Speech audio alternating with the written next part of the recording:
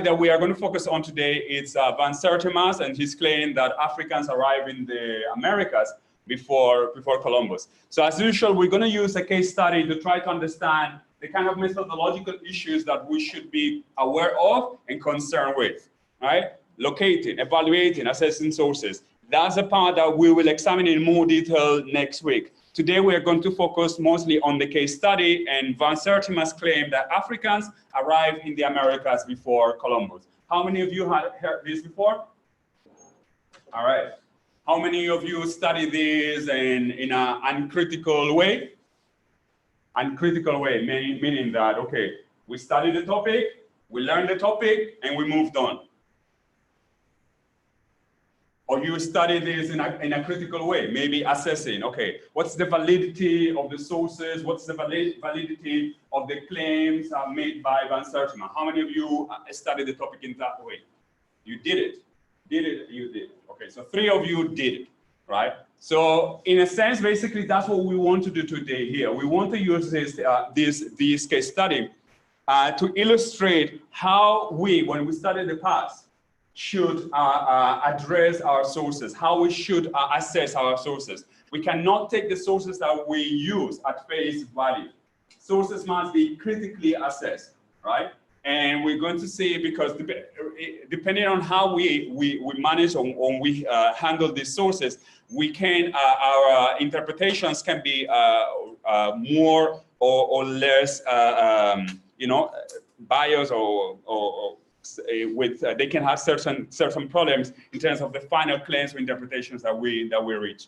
So before we do that, let me just very quickly remind you some of the things that we did in Unit 1. In Unit 1, reconstructing the past and the present, we explained that the past is not the same as history. I think we all should understand this by now.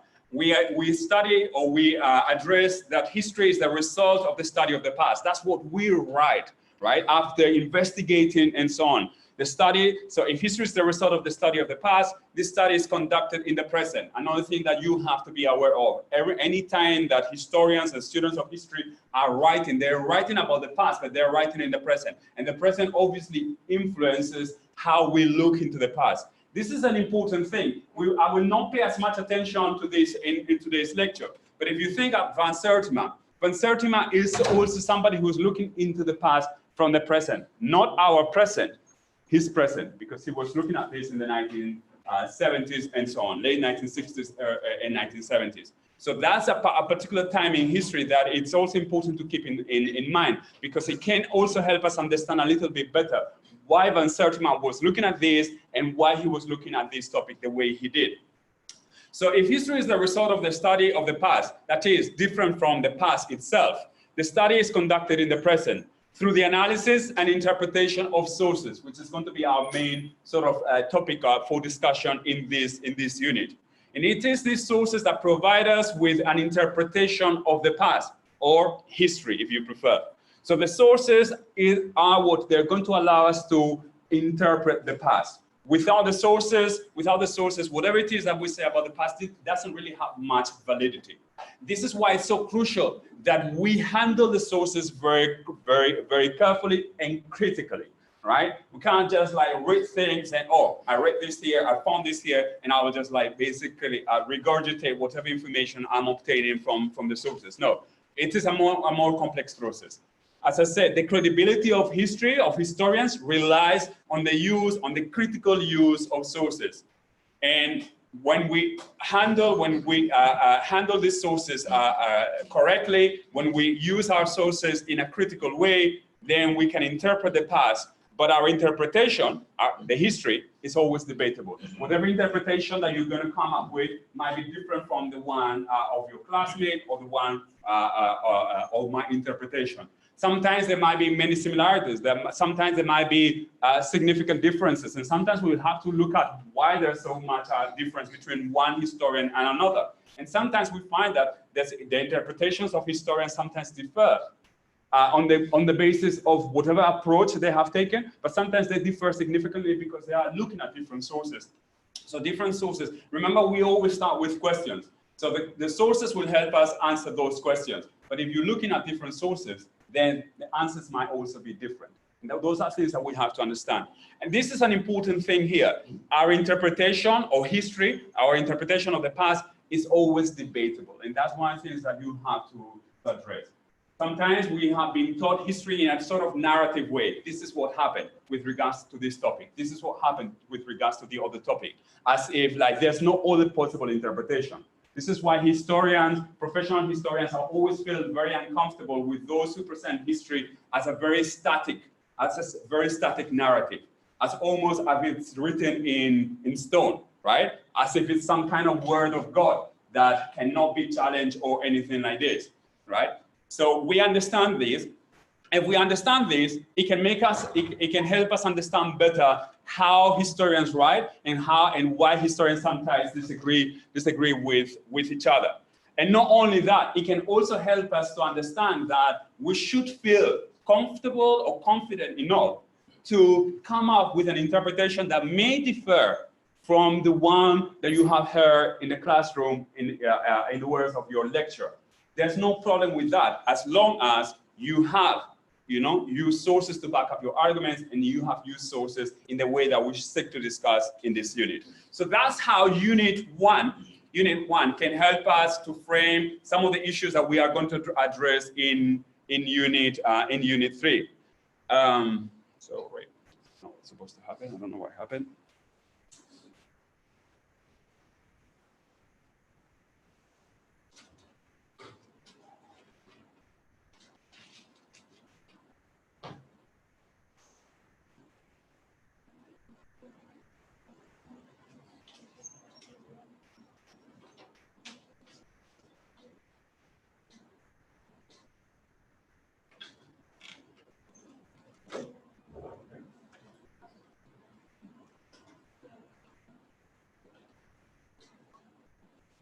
So how about Unit 2?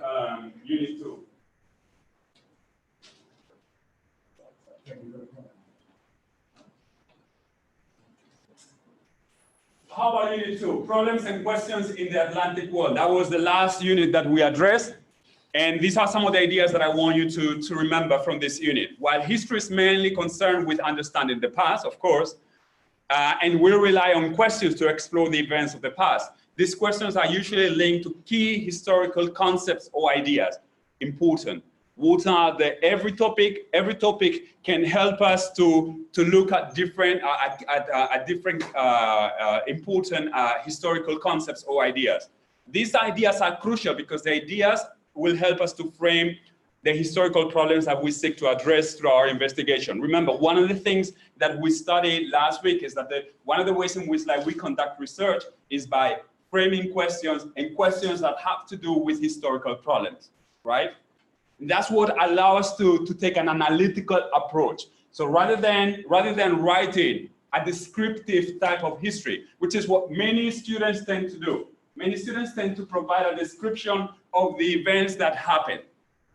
But that's not what we want here. What we want here is to see how those events that happen can help us to resolve these historical problems that we are interested in or concerned with.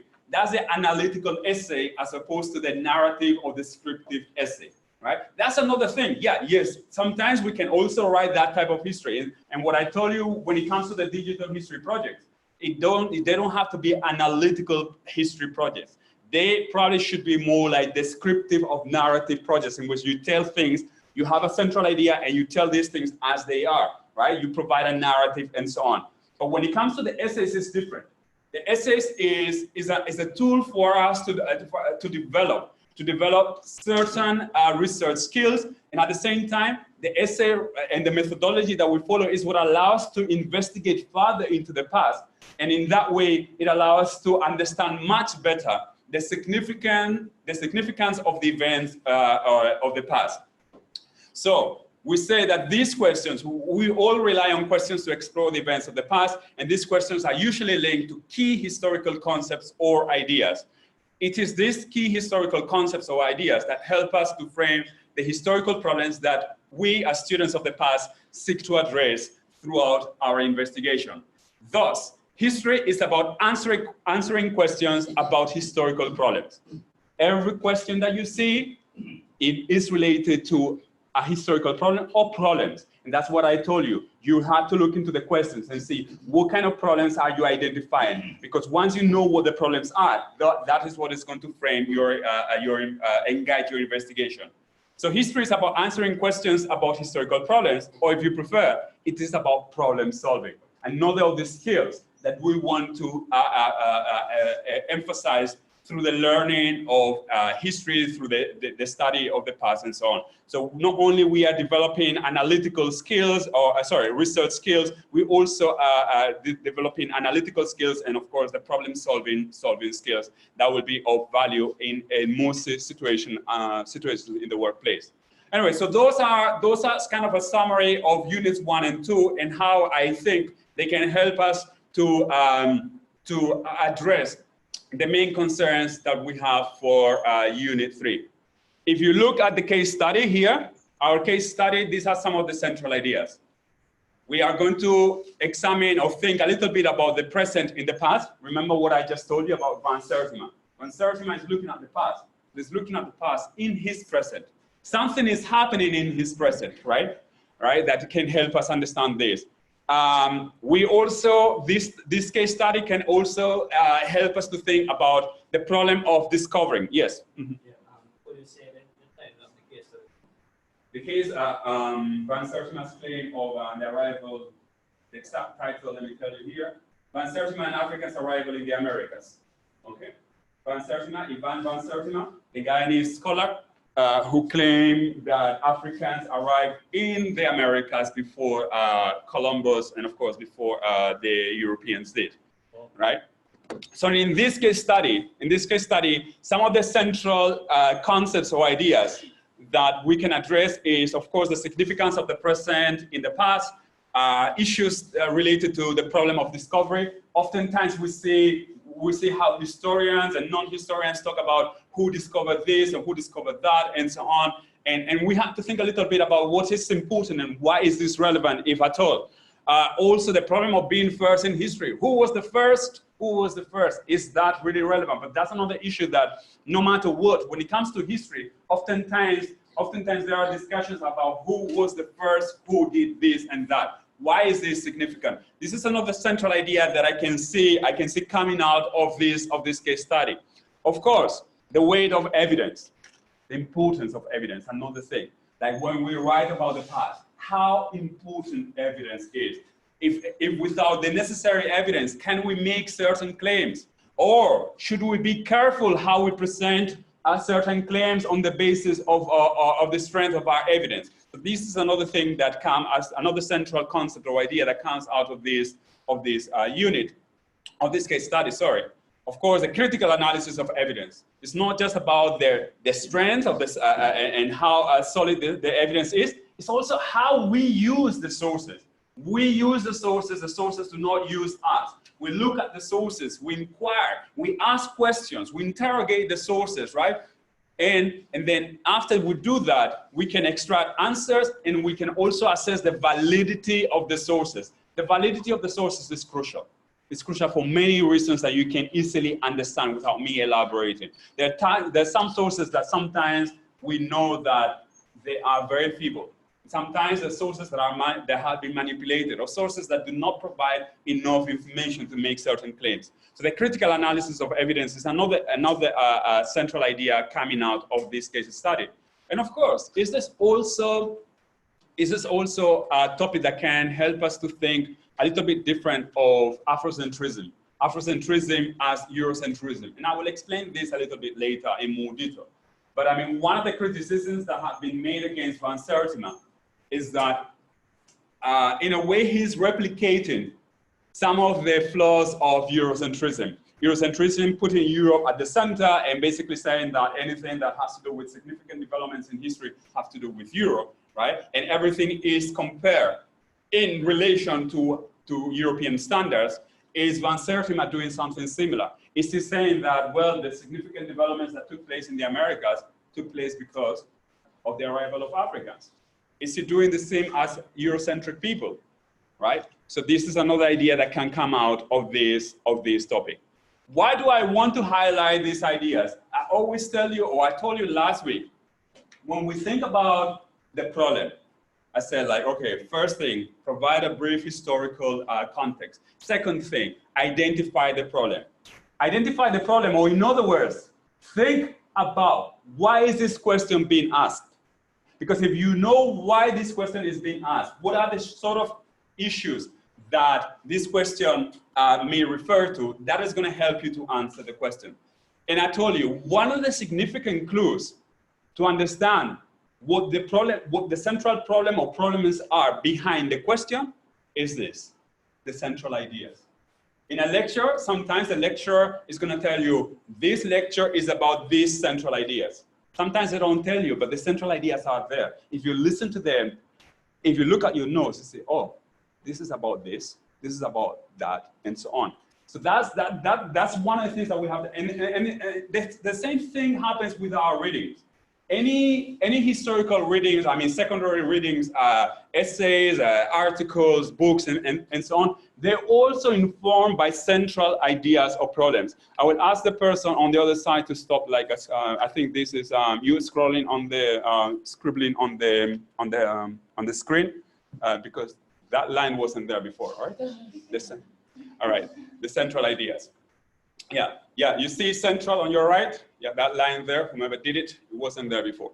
So, so the central ideas in a lecture, central ideas in an article or book, those are the things that can help us identify what are the historical problems. In my case, right, if I'm a lecturer, what happens is that I ask questions in relation to some of what I consider to be central issues in relation to the topic. That's why I always tell you, the lectures are usually in the clues are usually in the lecture. And if you still do not have a clear idea, because, for example, your lecturer doesn't provide something as sort of a schematic as this, right? You still can ask the lecturer. I still don't get a sense of what are the main issues in this lecture. And so on. That can help you think about the problem behind the question that you've been asked. And if we look at the unit 3 central ideas, right? So, okay. If we look at the unit 3 central ideas, those I will address this in more detail next week, but basically, yeah, basically this has to do with the connection between historical problems, the arguments that we make in relation to those historical problems, and how these problems and arguments are related to the sources and the different type of sources that we will address next week and so on. And the need to use as diverse sources in a critical manner. I will address this in more detail next week, but basically the last 4 are central to this unit. We rely on historical sources. There are different types of sources that historians use, and I will emphasize this next week. In the past, historians mostly used to use written documents. Other than written documents, whatever was separate and a part of written documents, the historians disregarded all the type of sources as historical evidence. Today, we use many different types of different sources. In fact, as I said there at the bottom, the more diverse the type of sources that we use, the stronger our argument can be, provided that we make critical use of the sources. So those are things that throughout the unit we will also emphasize, especially once we leave behind the case study.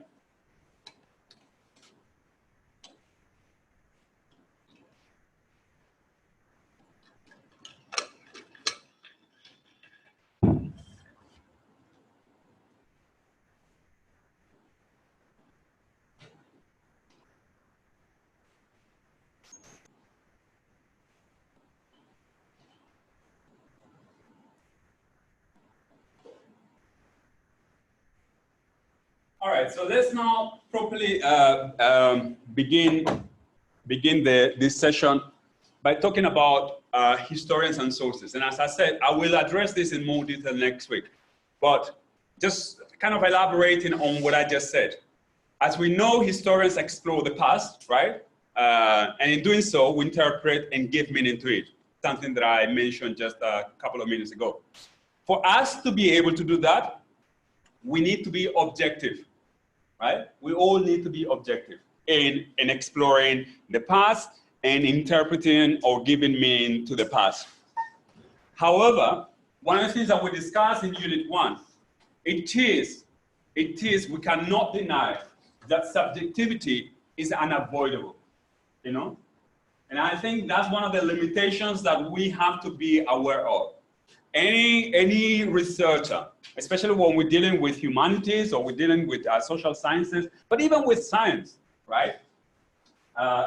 Pure sciences and so on, there's an element of subjectivity that is unavoidable.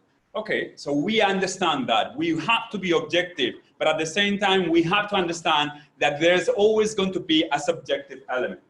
Establish a link with this. Because now we're going to look, in a short while, we're going to look at Van Sertima, and we're going to start thinking of him. Was he trying to be objective? Was he aware of the extent to which he was being subjective? Those are questions that we have to ask ourselves. When we're looking at the sources, especially secondary sources, those are questions that we need to ask ourselves. Because the credibility of whatever claims the scholar makes have to do a lot with the extent to which the scholar tried to be objective and the extent to which the scholar was aware that there was an element of subjectivity in his analysis or her analysis. And I said, subjectivity is undeniable in historical research. However, this should not mean an informed or biased analysis and a stance, a position. So just because we know, oh yes, history is subjective, it doesn't mean that, oh, in that case, I can say whatever I want about the past. It's not like that, right? So we all understand that, right? Yeah, it is subjective, yet it doesn't mean that we can just make claims about the past that are not informed by evidence and that are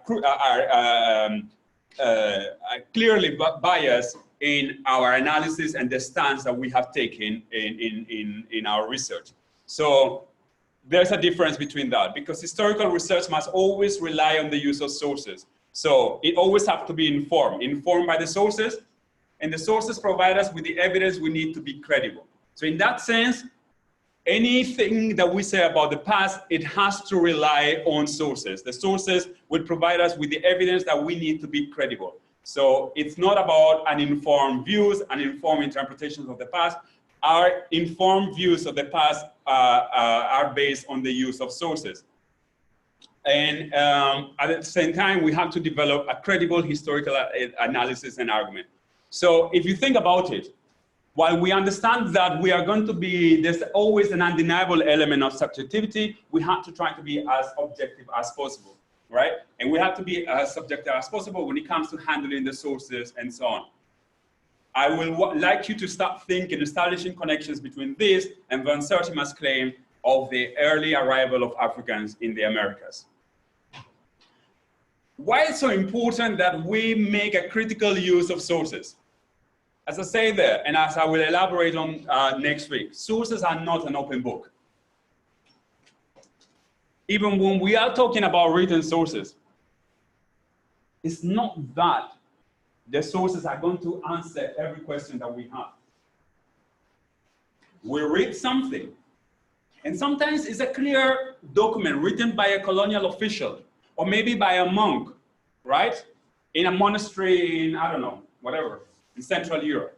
And they're clearly written, yet they're not open books, because what they're saying, they're giving information, but that information needs to be interpreted.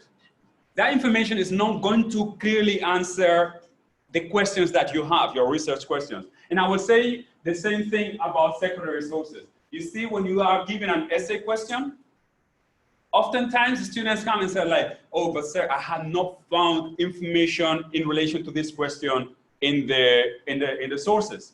Why is that?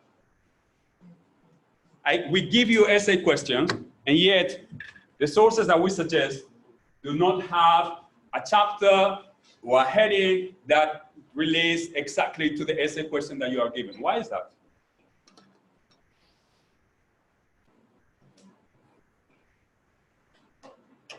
Why are we suggesting sources that don't seem to be answering or providing information to your questions, to your essay questions? Yes? Well, I guess, let's please speak up a little bit. like I mentioned earlier, the answer to the question won't be, you can't get it directly from just reading over the information. You have to kind of read it and process what you see. Okay. So that's one of the things. It's like we process, the information is there. But the information, when the historian is writing that article or that book or that chapter, he has or she has her own questions. And she is or he is answering his or her own questions, right? Some of those questions are related to your question, but sometimes they're only indirectly, or most times they're only indirectly related to your questions. So of course, they're not going to have a heading that exactly reads like your essay question. But it doesn't mean that the information is not there. It means that, and this is the problem, it means that we have to read the sources, we have to read the chapter, we have to read the section, and try to read in between lines. And sometimes not in between lines, sometimes it's even more clear than that. We have to read and extract the information. That's one of the skills. That's one of the skills that we seek to promote through education. The other day, my daughter had a school project. She had to write about the national heroes, right? And what do you do? Okay, she is in grade what? Grade 5, 10 years old. All right. So the option is to just go to the Wikipedia and cut and paste everything you find there, right? That's one option. But really and truly, anybody can do that. If a monkey could write, a monkey would be doing that. But what we're trying to develop is it's different type of skills. It's okay, so just read this. Make notes of what you think is relevant to your project. After you have all the notes that are relevant to your project, see what actually is most important. Okay, so the most important things are this is what you're going to put in your project. And how you're going to now arrange the information in your project. So now you have to decide what you're going to talk about first, and second, and third, and then fourth. Those are all the skills that through our education we've been seeking to promote. And the same thing we should be doing here. We are going to read the essay. We are going to read the essay or the article or the book. And one of the things that we are going to see is that you have to read this actively, engage with the source, and try to find information that is relevant to your question. And remember, the historical problem or problems that you seek to address, right? So this is why it's important. How it is that you're going to decide what is relevant. You can only decide what is relevant when you understand what the question is all about, why the question is being asked, and what are the issues that you're supposed to resolve. That is going to allow you to go through the sources. Anyway, the historian using primary sources is following something similar. The source is not going to be an open book. The monk or the colonial officer or the journalist who's writing something, they're not really thinking about us 200 years later. So let me give it all the information that this man or this woman are going to need to write the essay or to write the book. No, they're not operating like that. They're just providing information as they need at that time. So that's what you need to search through it. But in addition to that, we must first assess the credibility and content of the sources. So we can establish how, when, and why sources were produced. First, credibility.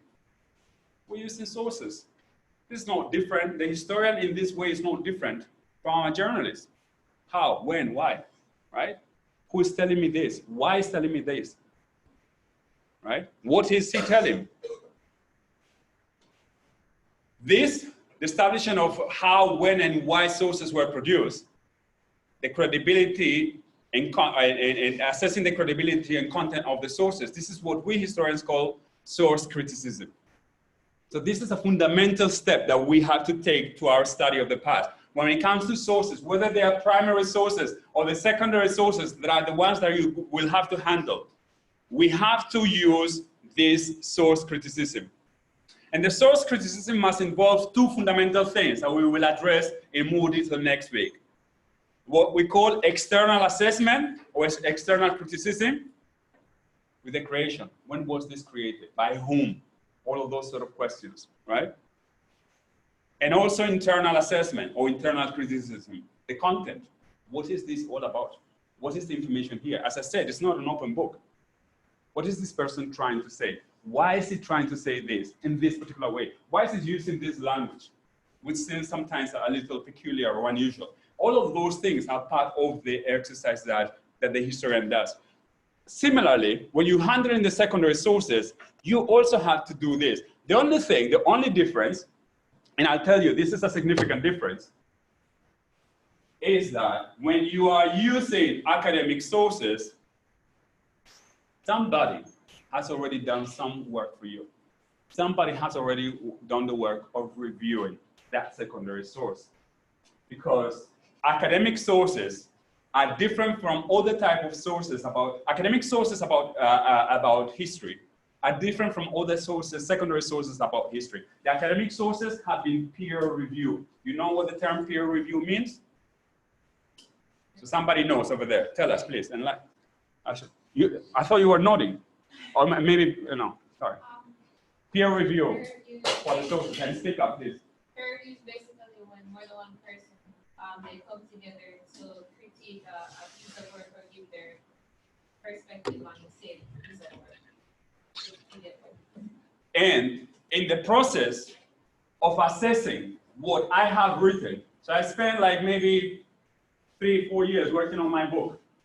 A lot of effort, time, you know, all kinds of sacrifice. But then now I wanted this book to get published. Or maybe it's an article, and I spent the last year working on this article, gathering the information, writing the thing, right? Now I wanted it to get published, so my students can read it, right? Or maybe not. Other historians can read it. Before it gets published, my peers are going to go through it, and I'm going to come through what I have written and assess whether this has the quality, the required quality to be published. So in that sense, there has been already a process which can validate that whatever it is there is sensible, it is credible, even if it's not word of God, even if it's not written in stone. Meaning that, yeah, there might be misinterpretations there. There might be things that I will not agree with, and so on. But for the most part, this is a sound argument, and the person is using like the accepted historical methods, methodology, and is using reliable sources and so on. Hence, it can be published. And the quality of the argument is good, so it can be published. Otherwise, it will not be published. So in that sense, this is why we insist so much that you use academic sources, sources that have been peer reviewed, as opposed to sources that you will not be able to determine who the author is, why the author is putting this thing there, and so on. That external criticism that is so fundamental to the use of sources in the study of the past, you will not be able to do it with some of the sources that we find on the internet. And I say some of the sources that we find on the internet because it doesn't mean that academic historical sources or peer-reviewed sources have not been posted online. Yes, there are many of those sources that now we can find online. But we need to distinguish between those that are valid academic sources and those of the sources that might not have that sort of validity, and it will be difficult for us to assess its credibility. All right, so having said all this, let's start thinking now about Van Sertima.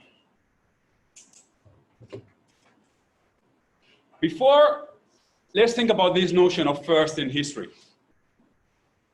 Van Sertima says that, one of the things that Ivan Van Sertima says is that Africans arrived in the Americas before the Europeans.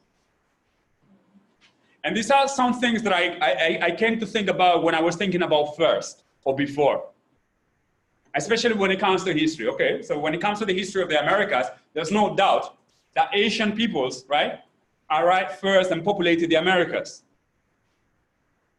through the Bering Strait. That's something that, of course, as students of the Americas, you are familiar with. So, and you probably know much more than me about it, right? So the Bering Strait located, where is it located again?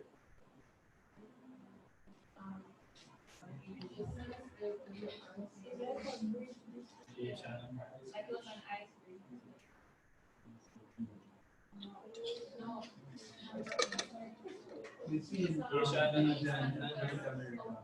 Between Northeast Asia, right?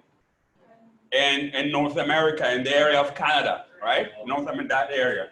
So that at some point, and you know, you can Google this information, but at some point during one of the glacier ages or something like that, the sea level was much lower or whatever, so people could actually cross this what now is separated by sea relatively easily, and that's how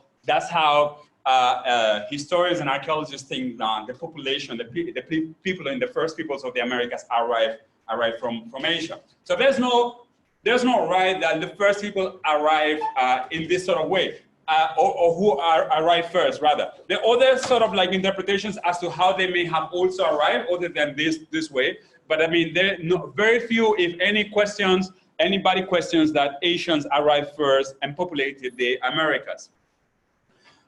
There's also no doubt that Columbus' arrival changed, so be a change, a D at the end.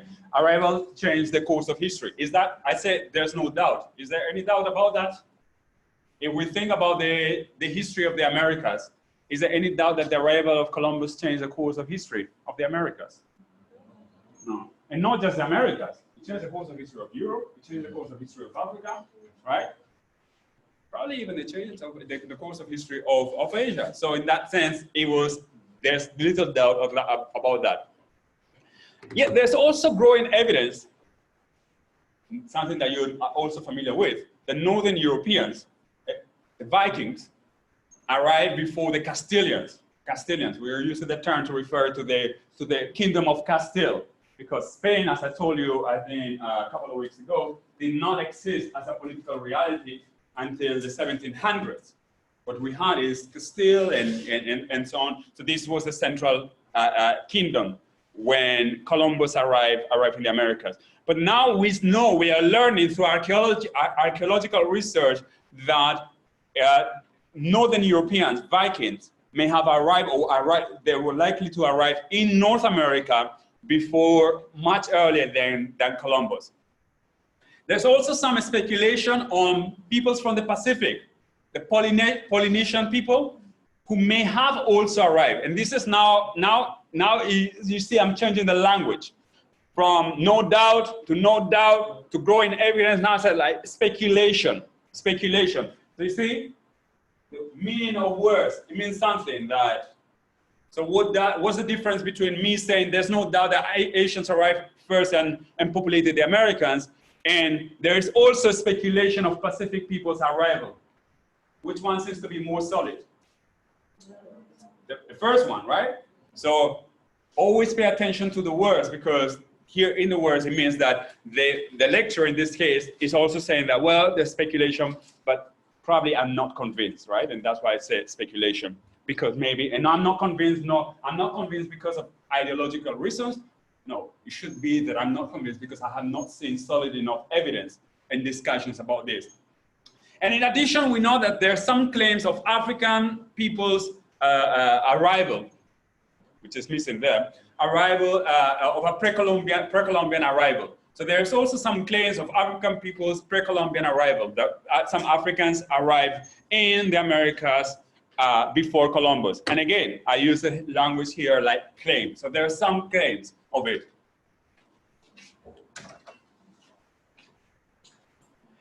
Is it the case that these unsubstantiated speculation and claims are so because of the lack of evidence?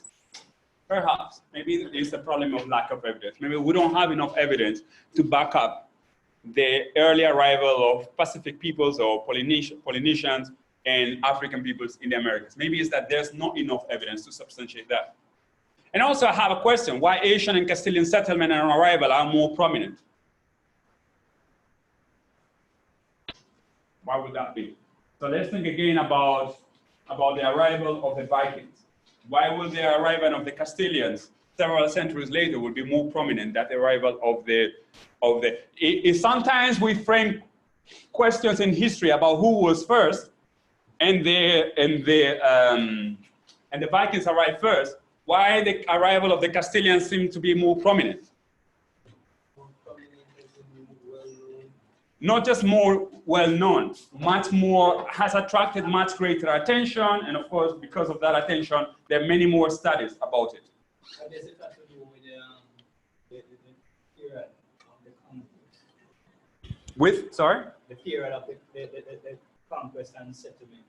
So it has to do with the period, or it has to do with the conquest and settlement? Right. All right. In terms of the length of time. Okay, so it has to do. Anything else? Anybody can elaborate a little bit more on that? And I think yes.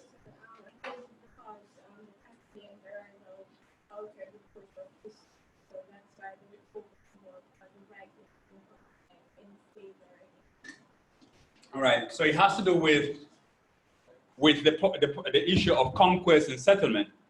But that conquest and settlement is like basically what led to altering the course of history and triggering significant new developments, as opposed to the arrival of the Vikings, that to the best of our knowledge today,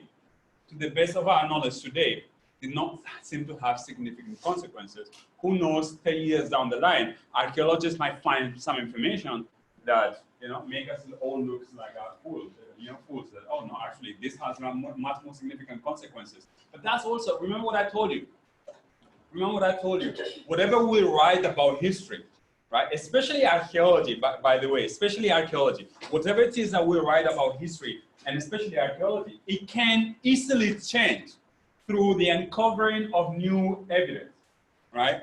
So that's one of the things that we have to be, aware, that the uncovering of new evidence can change our understanding of this. This is why it's so important that you understand that in history, or in studying the past, we always take this information that we read with a pinch of salt, right? There are certain things, especially when the evidence is not that strong. It's still good enough to make certain assumptions, but it's not that strong. We take it with a pinch of salt. And even when the evidence is very strong, we still take it with a pinch of salt, because we never know if we're going to find new information that will change how we look at things. So before we take a break, let me look at one more thing. Discovering history. Because this case study is also tell us about discovery and why it seems to be so important. Why some people, are so inclined to think or describe history in terms of who discovered what and so on. And one of the things that time and again when we talk to students about this topic or similar topics, especially the arrival of Columbus, right? The arrival of Columbus. Columbus discovered the Americas, right? Right? No. Oh, okay. Right. So history is debatable. Somebody's debating with me. No, it didn't. Why? He didn't. Why not? Well, because the term discover means that, you do the first and he came here and saw people. And even the people that were here before were asked to announce that the people. So. Can you believe this student questioning me? How is this possible? All right. So, yes, it is possible. Not only possible, it's desirable. So, yeah, that's what we need, that you question. And you question, and sometimes we may disagree. Yeah? And sometimes some of you might take side with her, and some of you might take side with me. Anyway, so dictionary meaning of the concept: to obtain sight or knowledge of something previously unknown for the first time, right? Or to come to the knowledge of, or to find out.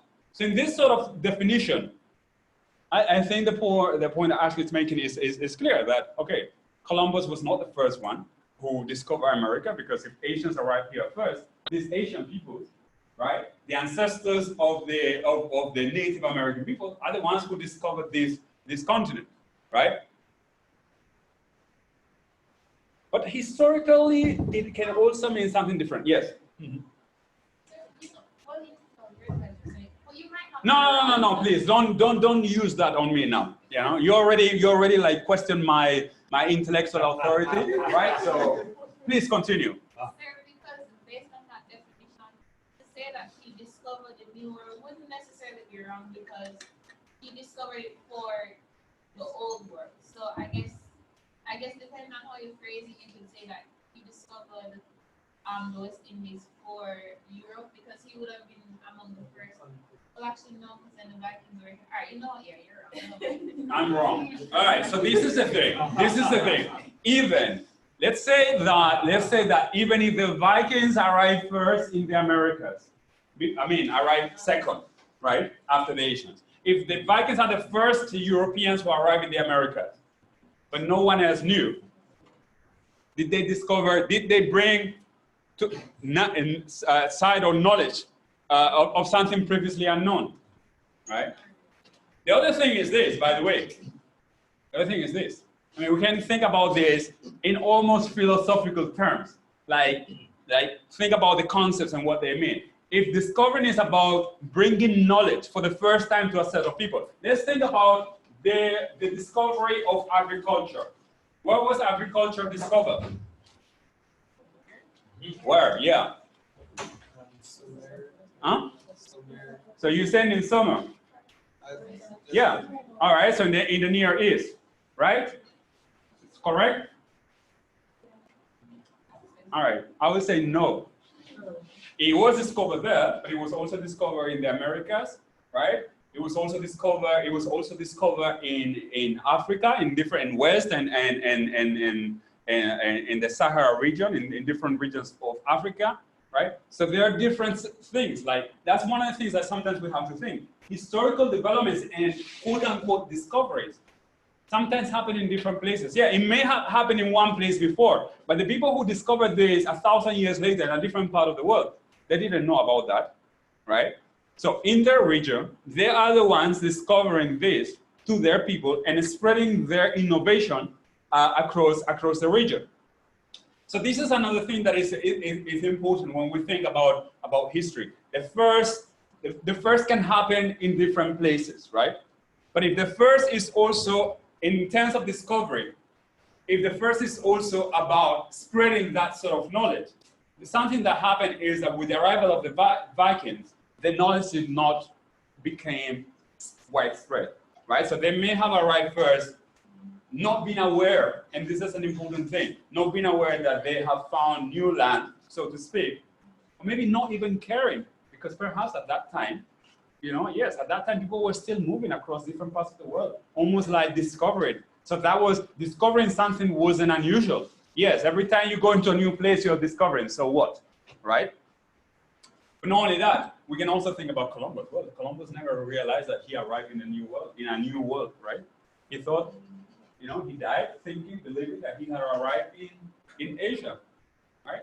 In that sense, like, you see the discover, well, sometimes, yeah, you accidentally discover something, even if you're not aware, and later on people will realize. Anyway, dictionary definitions are problematic.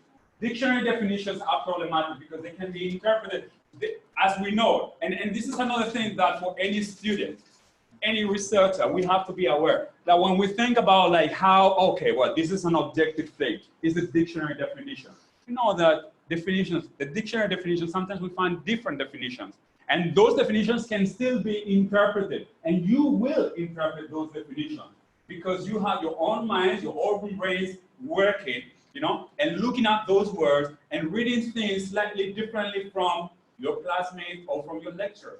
So that's part of the process. But here's why the historian usually stays away. That's one of the reasons why the historian stays away from dictionary definitions. So another thing that perhaps we need to understand is that, yes, we do not start an essay by writing a dictionary definition. I understand or I assume that you know the meaning of the word. So sometimes there are words in like, there's sometimes words in the essays, right? For example, I had a question for my African history course. I had a question about religious eclecticism.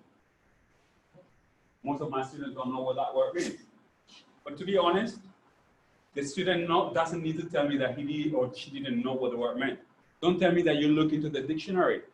Yeah, I assume that even if you don't, you know, you will look into the dictionary, you will understand what it means, and later on, we will all pretend that you knew it. It doesn't matter, right? So you don't have to tell me the dictionary definition of this term or anything like that. I usually tell the students, you only use a dictionary definition if your essay is going to take issue with that concept. If you are going to challenge that concept in the way that historians have been used, maybe the dictionary definition can be useful. But otherwise, we don't rely on dictionary definitions. However, the historical meaning, that's to us more important. How does this concept has been used in history? That's what we are more concerned with. And oftentimes what we see that the term discovery in history has been used in this way, to bring knowledge of something for the first time to people who are positioned in a hierarchically superior position or who are positioned in a hierarchically superior in relation to other peoples.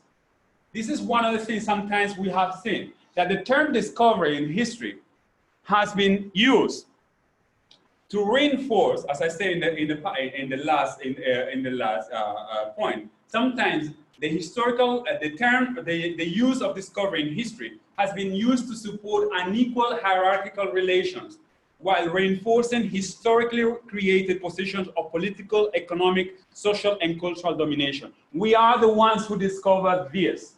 Because of that, we should be at the top, and you should be maybe in the middle or perhaps at the bottom. So the term discovery is a loaded term in history. It's a term that usually is being used to sort of like validate the so-called superiority of certain people over others.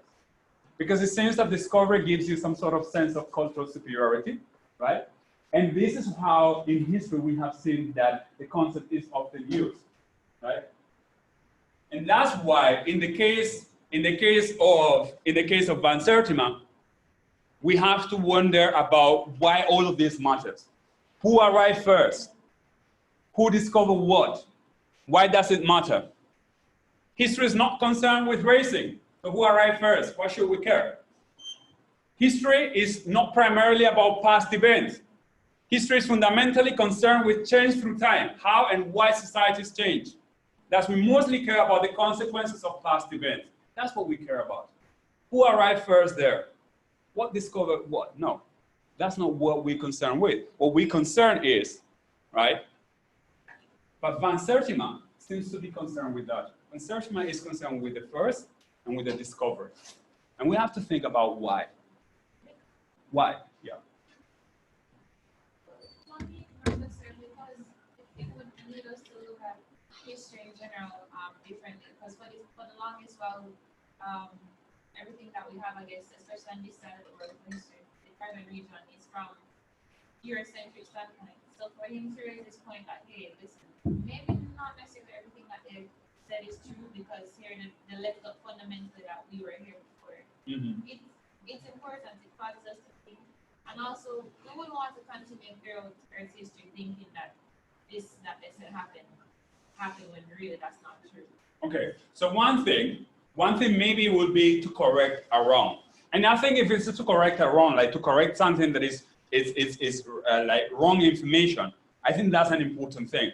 But the other thing that you are mentioning has more to do with how, and Van Sertima, for those who don't know, is an Afro-Caribbean person. It's from Guyana, right? And it's also somebody who studied and lived in the United States in the 1960s, right? And throughout the 1970s. And one of the things that we see that, of course, is also living and experiencing the present in a sort of like very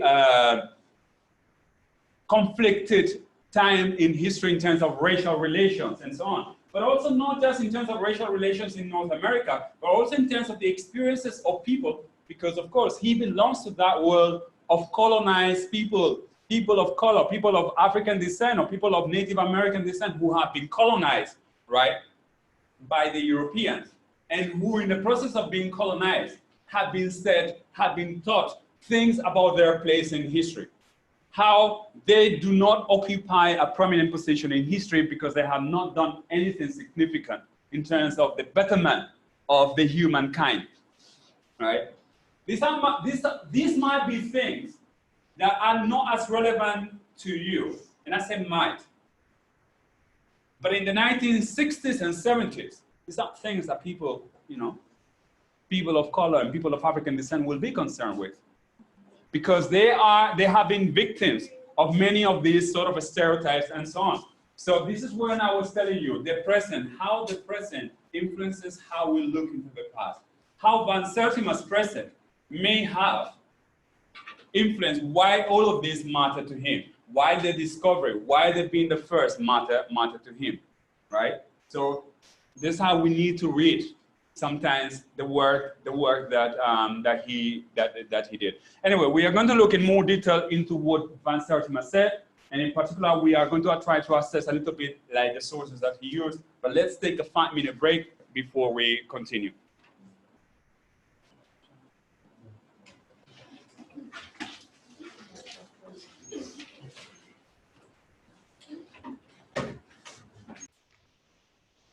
All right, so let's resume and go through the next, the last part of the lecture.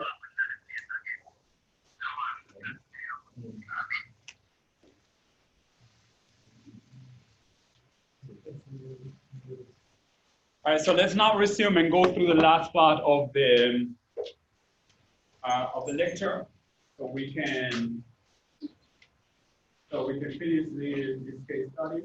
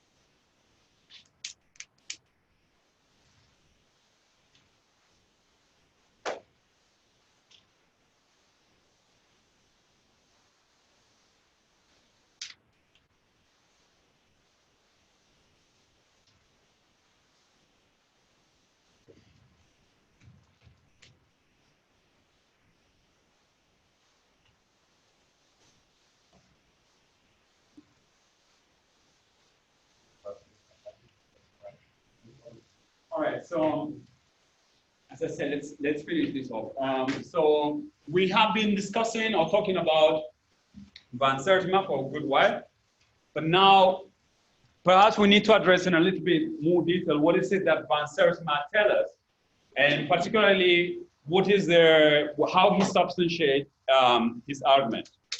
So for those of you who have studied this topic in the past, probably at Cape history level or something like that, you might know all of this information quite well. But at the same time, I want to address it in a more critical, from a more critical angle. So the first thing is, yes, Van Sertima tells us about the early arrival of Africans in the Americas. So Africans arrived in the Americas before Columbus, and that's the title. That's the title, I think, if I'm not mistaken, if I'm not, of his book. They came before Columbus, right? More specifically, Van Sertima tells us that they arrived in Mesoamerica, right? More like the central part of America is where these Africans arrived. And he provides even more detail and tells us that the arrival happened in 2 stages. The arrival happens in 2 stages. The first stage will be the one in the Nubians, a Nubian dynasty that ruled over Egypt in and around the year 700 before the Common Era, or before Christ, if you prefer. And the second stage during the time of the Mali Empire, and in and around the year 1300 of the Common Era or after Christ. That's what Van Sertima tells us. And not only that, Van Sertima tells us that the arrival of Africans in the Americas not only happened before. Remember, we're not just concerned with the before, we also have concerned with the consequences. He tells us that the arrival of Africans in the Americas contributed to shape Mesoamerican culture, or perhaps I should say cultures, because there are different cultures in Mesoamerica, right? So it's telling us also about the impact. This was not just an accidental arrival, perhaps in the same way that we can think of the Vikings, an arrival that did not have any consequences or significant consequences. Van Sertima in his study tell us that this had significant consequences in terms of shaping different aspects of Mesoamerican culture.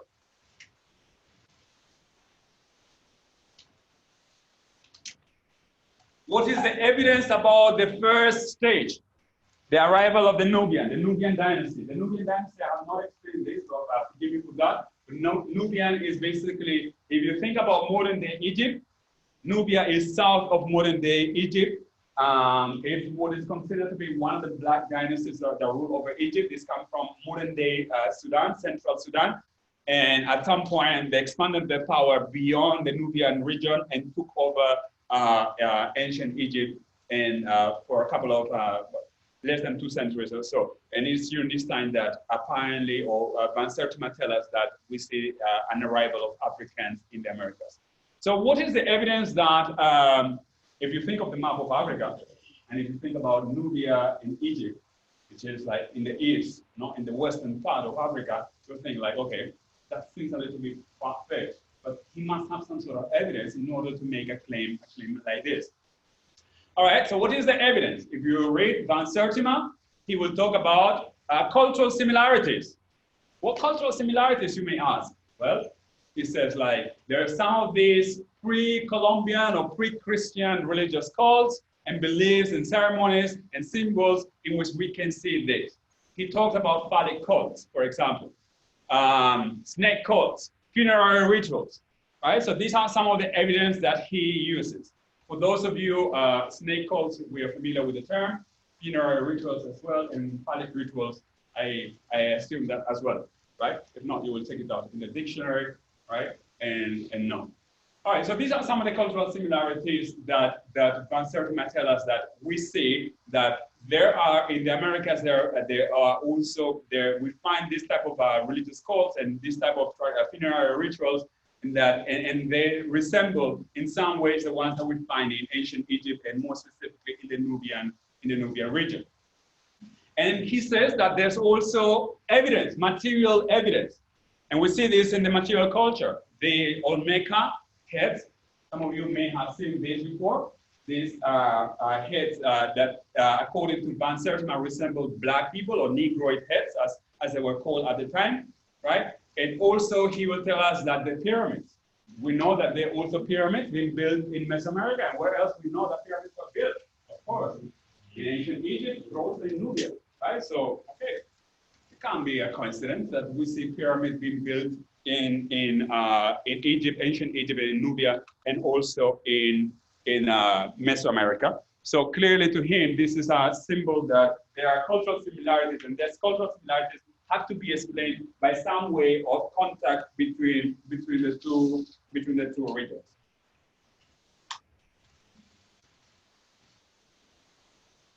So these are some of the heads, right? One here, another one there. So, as they say, the evidence is in the eyes of the beholder, right? So now is when we look at the heads and they say like, well, Van Sertima is telling us, look at these features. These features resemble Negroid features, African features, if you prefer. How is this, how come this is here? This could only be here. And we know that these were made before 1492. This could only be here if these people, the people who made these heads, these sculptures, had seen black people before. Otherwise, it makes no sense. So this is part of the evidence that he uses. We will go back to the heads after. But as I said, also, funerary rituals. So we have the pyramid. The pyramid, the shape, that we find also in Mesoamerica, you find pyramids like this. And it's just like, okay, they're not exactly the same as the pyramids that we find in Egypt, but of course the conditions are different. You know, the resources that you have there, the materials that you have there are different, but the basic structure is the same. And this similarity can only be explained by way of some sort of direct contact between the people in Egypt, who are the most, the best known builders of pyramids, and the people in Mesoamerica.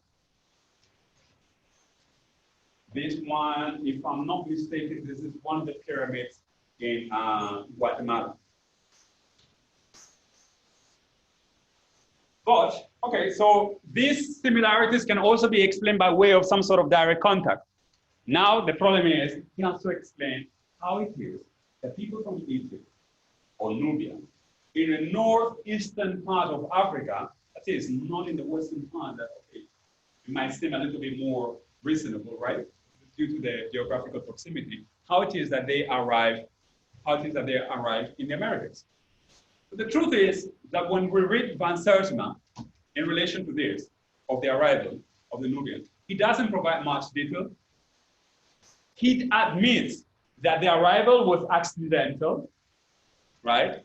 It was not intentional. They were not intending to go and explore this other part of the ocean or anything like that. It says that actually what the Nubians were trying to do is to circumnavigate the African continent, right? So go from the Mediterranean across along the Atlantic coast of Africa and turning back up through the Indian Ocean, just like go around the African continent. That's what they were trying to do. But at some point, the currents took them, you know, in a different direction. They took them west, and that's how they accidentally arrived in Mesoamerica. So this is his explanation about the first arrival of this group of Africans, the Nubians. How about the Malayans, the Mali Empire, the people from the Mali Empire? What is the evidence that he has for this? Well, once again, he looks at cultural similarities.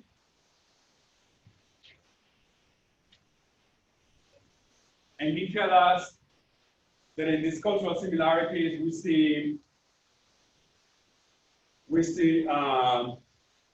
Quetzalcoatl, one of the religious or sort of like figures that are represented in the local culture.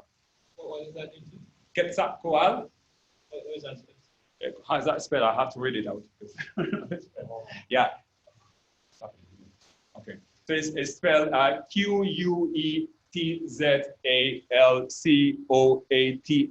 As you can see, I pronounce it to the best of my knowledge and ability, right?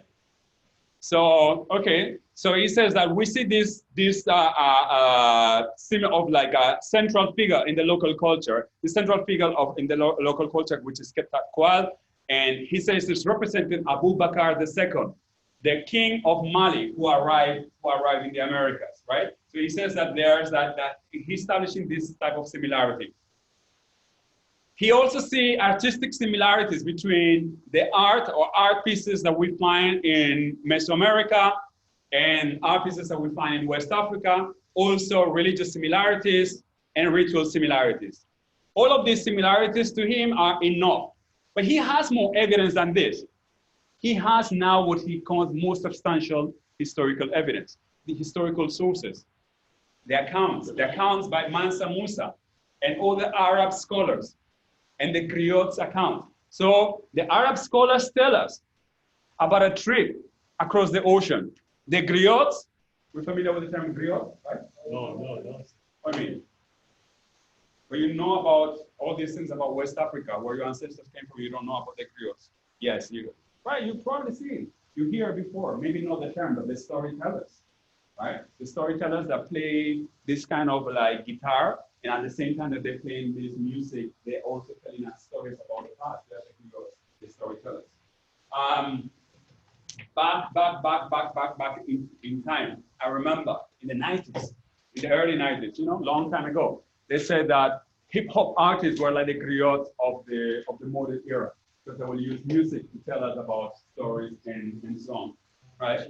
Anyway, so those griots accounts by storytellers in the Mali area today also tell us about this arrival in the Americas. But let's look a little bit more to these historical sources that the artistic sources. So this is our artistic representation from Mesoamerica, and he compares that to this head from West Africa, from Nigeria, more specifically from Nigeria.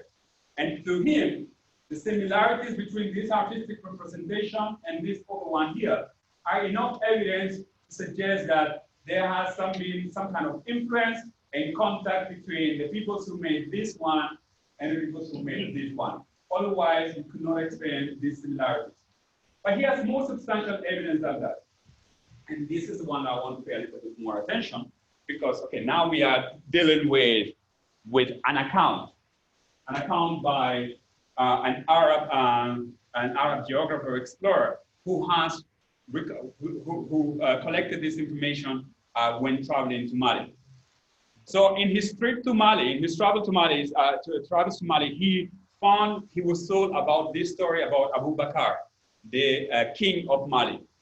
So the story says, so Abu Bakr equipped 200 ships filled with men and the same number of ships equipped with gold, water, and provisions, enough to last them for years. They departed, and a long time passed before anyone came back. Then one ship returned, and we asked the captain what news they brought. The story continues, it does not stop there.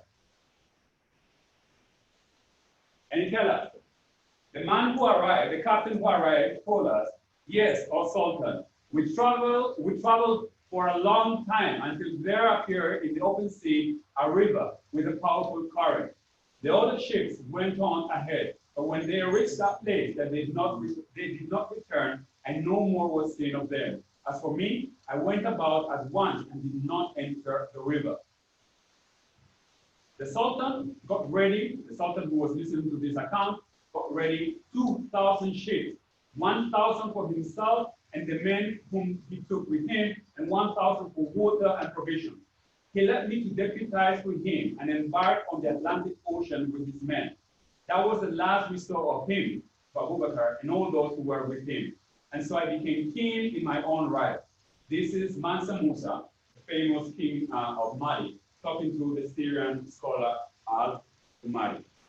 So this is now sort of what seems to be a more substantial historical account. Tell us that it seems that at some point, an expedition left Mali, or left the coast of Mali, and went west, and they entered into a river. The river might be interpreted as some sort of strong current that took them into a different direction, right? And never saw them again. Except for the captain that was able to make it back and then tell this story again. He tell them what happened. And then another expedition, a much larger expedition, was prepared to follow the first expedition and find out what happened to the first one. And this is the last one. The Sultan got ready 2,000 ships, 1,000 for himself and the men, and another 1,000 for water and provisions. That was the last we saw of him, so they never came back either. Right? So we can go back to this. I will come back to this now in a short while. How did the Malians arrive? Well, we are seeing in a way how they arrived. This was a planned arrival. This was not an accidental arrival. This was an accident. This was a planned arrival resulting, according to this source, from the drive of the people of Mali for exploration. So unlike the people from Nubia who were trying to circumnavigate the African continent, these people were trying to explore. They were explorers in their own right, based on this account. And this is what Van Sertima will tell us. And they were able to do that because of the political and commercial power, their navigational technology, and their navigational knowledge. They have also been in contact with Arab scholars and learned much more about, different kind of navigational techniques and so on. but also like close proximity to the Americas. Unlike Nubia in Egypt, what we see is that this region of West Africa is quite close to the Americas. So favorable winds and currents could facilitate the journey from the coast of modern day Senegal or Senegambia to the Americas, to Mesoamerica.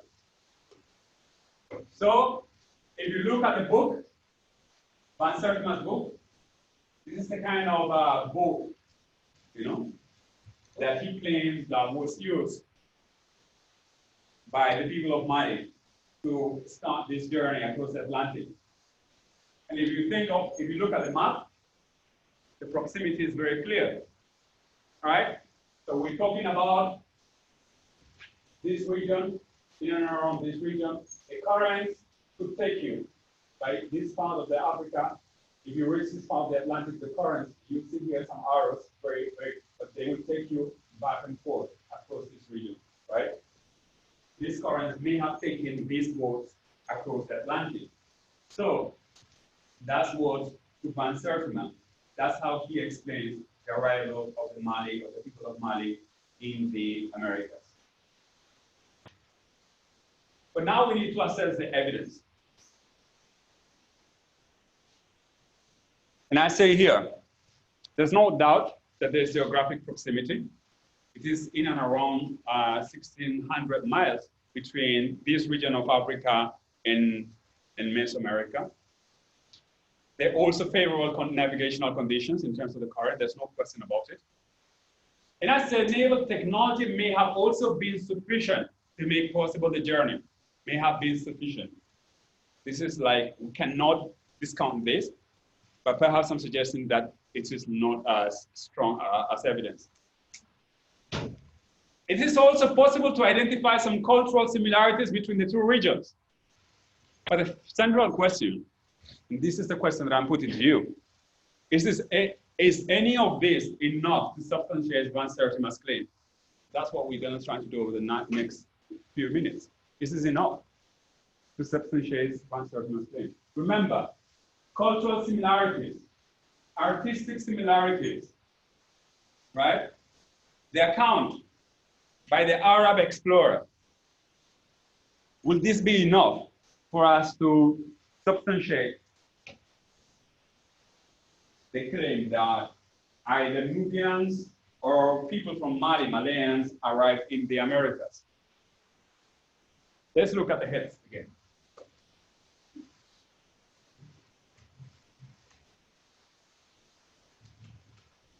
All right, Negro features. These Negro features can only be explained through direct contact.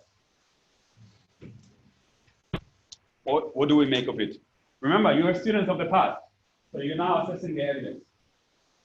Sir, they're referring to our heads up. They all make a heads. Yeah, they all make a heads. They resemble, yeah, they're heads of people. Unquestionable, these are people. What kind of people is a different matter. These people, the people who are represented here, and maybe someone can describe these heads, the features. Mm-hmm.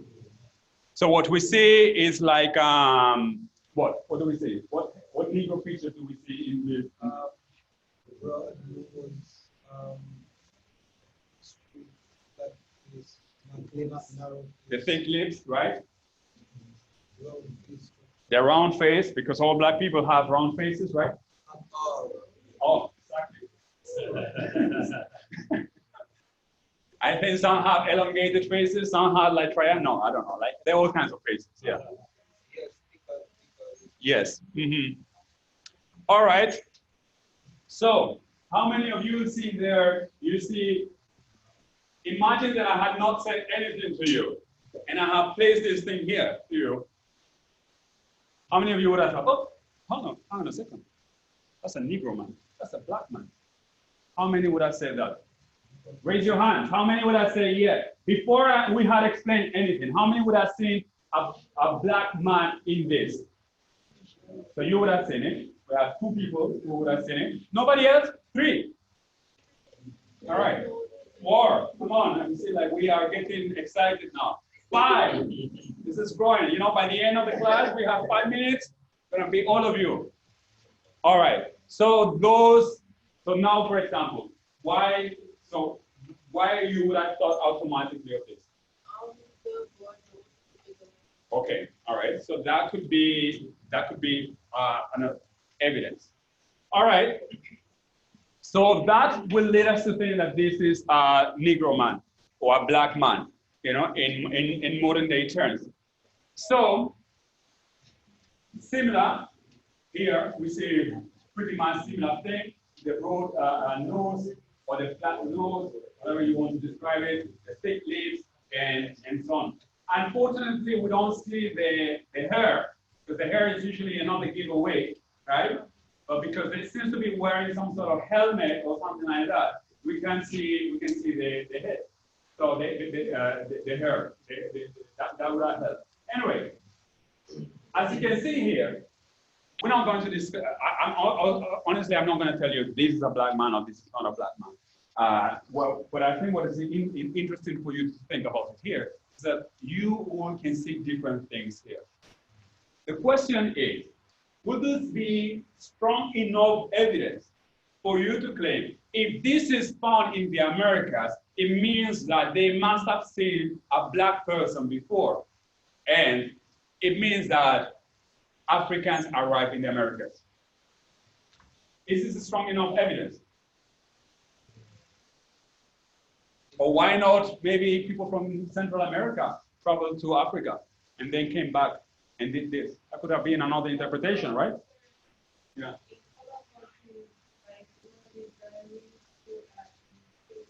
Speak up, please. Mm-hmm.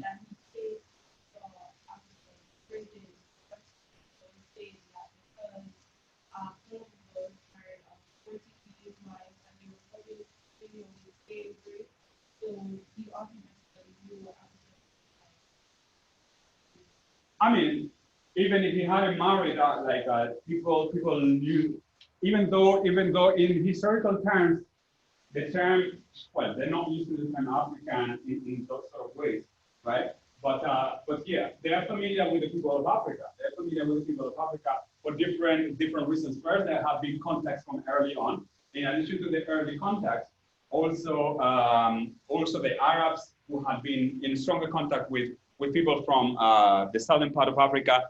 They have enslaved some people from the area of Mali and so on. So yeah, that is another evidence that we can use, right? Columbus claimed that he saw people who resembled African people and so on. But here's the thing: is like we are looking at this particular evidence, and we will see that this one in particular may suggest, but doesn't seem to be strong enough of an evidence.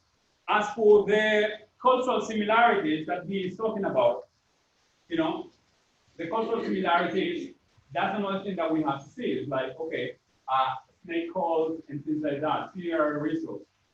Sometimes what we see with funeral rituals is that then we find in many parts of the world there are similar funeral rituals. For example, we tend to bury the dead. Well, in many places. In other places, they burn them, right? But in many places, the dead are buried, right? And in that sort of sense, like we see that there are similar rituals that are performed during the burial process and so on. Is it that we share this similarity because of direct contact or other reasons that may explain why some of our funeral rituals can be similar? If we look at this, if we look at this written document here, this is another one that seems to be a little bit more powerful. Okay, so this is now we have a written evidence of some sort of account that the people from Mali left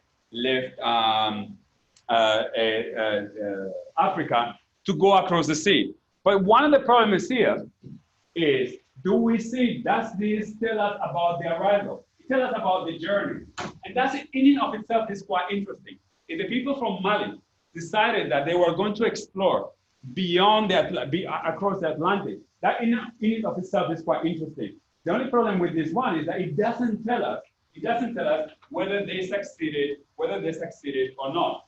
We know that they left and they never came back. Never came back means that maybe they arrived in the state or never came back. Can mean that, I don't know, they disappeared in the middle of a terrible storm across the Atlantic Ocean. Maybe it was hurricane season. Who knows, right? The truth is that we don't have evidence.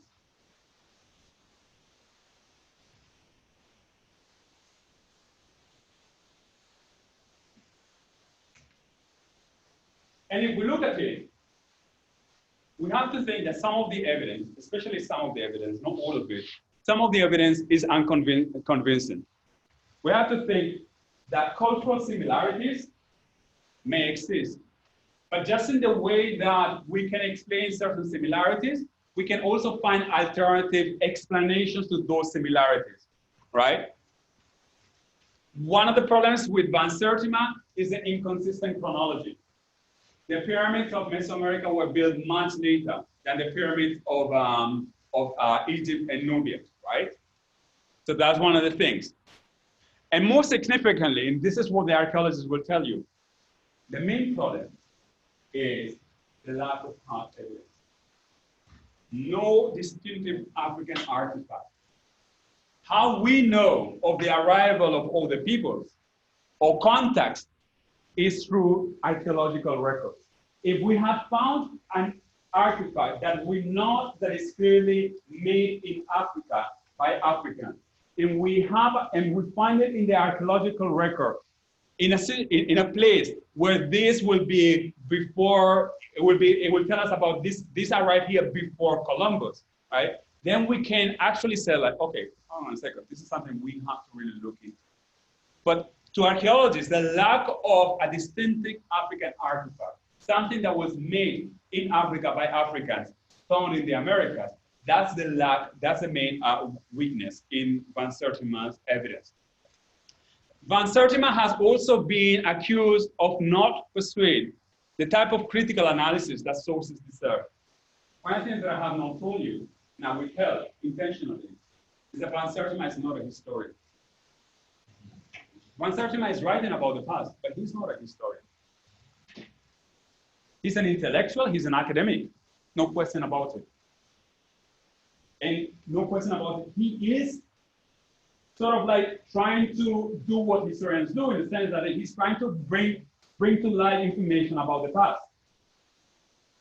However, in his methodology, then is when we start seeing some problems. So lack of critical analysis of sources, external criticism, who, when, were the sources created? I told you, as that should be done. I told you, one of the things is that we find is inconsistent chronology between the heads that he found and the so-called arrival of the Malayans, when they were built. One of the things that Van Sertima could not have is establish a chronology. Today's chronology can be used, the techniques that we have today can be used to determine when some of these artifacts, when some of these remains were created, right? That's something that Van Sertima could not use. He could not date his head. He could not date, at the time, it was not known when the pyramids were made and so on. Yet they're similar, yet they're built in very distant periods in history. The internal criticism, the meaning and reliability, is Van Sertima saying too much into this? And is Van Sertima saying too much because of, the concerns of the present, the concerns of a man from Guyana in the present, of a person of African descent in the present? That's another thing that has been said. But in the end, and perhaps this is what I want to tell you, is that through an Afrocentric perspective that is reacting against Eurocentrism, and there's no question about it. This is what Van Sertima is writing against. He's writing against Eurocentrism and the denial of Africans' cultural development, because this is one of the things that even to this day, many people still think of Africa as a continent that has not contributed in any meaningful way to the development of the humankind, to any sort of cultural innovations and so on. This is what he is reacting against in the 1970s. This is what somebody may still be reacting in 2019, right? And the problem is that because he's so strongly motivated by this, he is not taking care of a more careful analysis of the sources. He doesn't have enough convincing evidence to back up this claim, especially when you're making a claim that is so much against the accepted knowledge, right? You better make sure that you have a strong evidence. Otherwise, you will be in trouble, right? The Mesoamericas in the process are denied cultural development of their own. This is one of the things that people from Mesoamerica, native people from Mesoamerica, have accused Van Sertima's claims. So you're saying, in order to fight against Eurocentrism, you're now saying that the development in this part of the world was triggered by the arrival of Africans, as if the native people of Mesoamerica would not have been able to develop these kind of complex societies that they were able to develop. So that's the other problem. Future research might validate some of Van Sertima's claims, but to this day, the evidence is still not strong enough. Maybe one of you, who knows, will be able to unearth new evidence, more substantial evidence that can back up this. I think, to me, the claim or the narrative or the account by the Arab geographer and explorer, to me, that's something that it is worth pursuing. What happened to this? What is this all about, right? But in a sense, basically, more research seems to be needed in order to come up with this type of claim. And as I said, the most important thing, our interpretations of the past must be backed up by strong enough evidence, but also evidence that has been assessed critically. Because otherwise, we are putting ourselves in a sort of like fragile position in which we might be attacked of not being rigorous in our handling of information and so on. Anyway, we will delve into the analysis of sources next week when we meet. But this is it for today. Please remember the ones the students who are meeting with me tomorrow at 10 a.m. we will be meeting on Wednesday at 10 instead of Thursday. On Thursday, sorry. Yeah, tomorrow is Wednesday. Yeah, so we will be meeting on Thursday at 10 a.m. instead of Wednesday. All right, thank you for coming. I'll see you guys.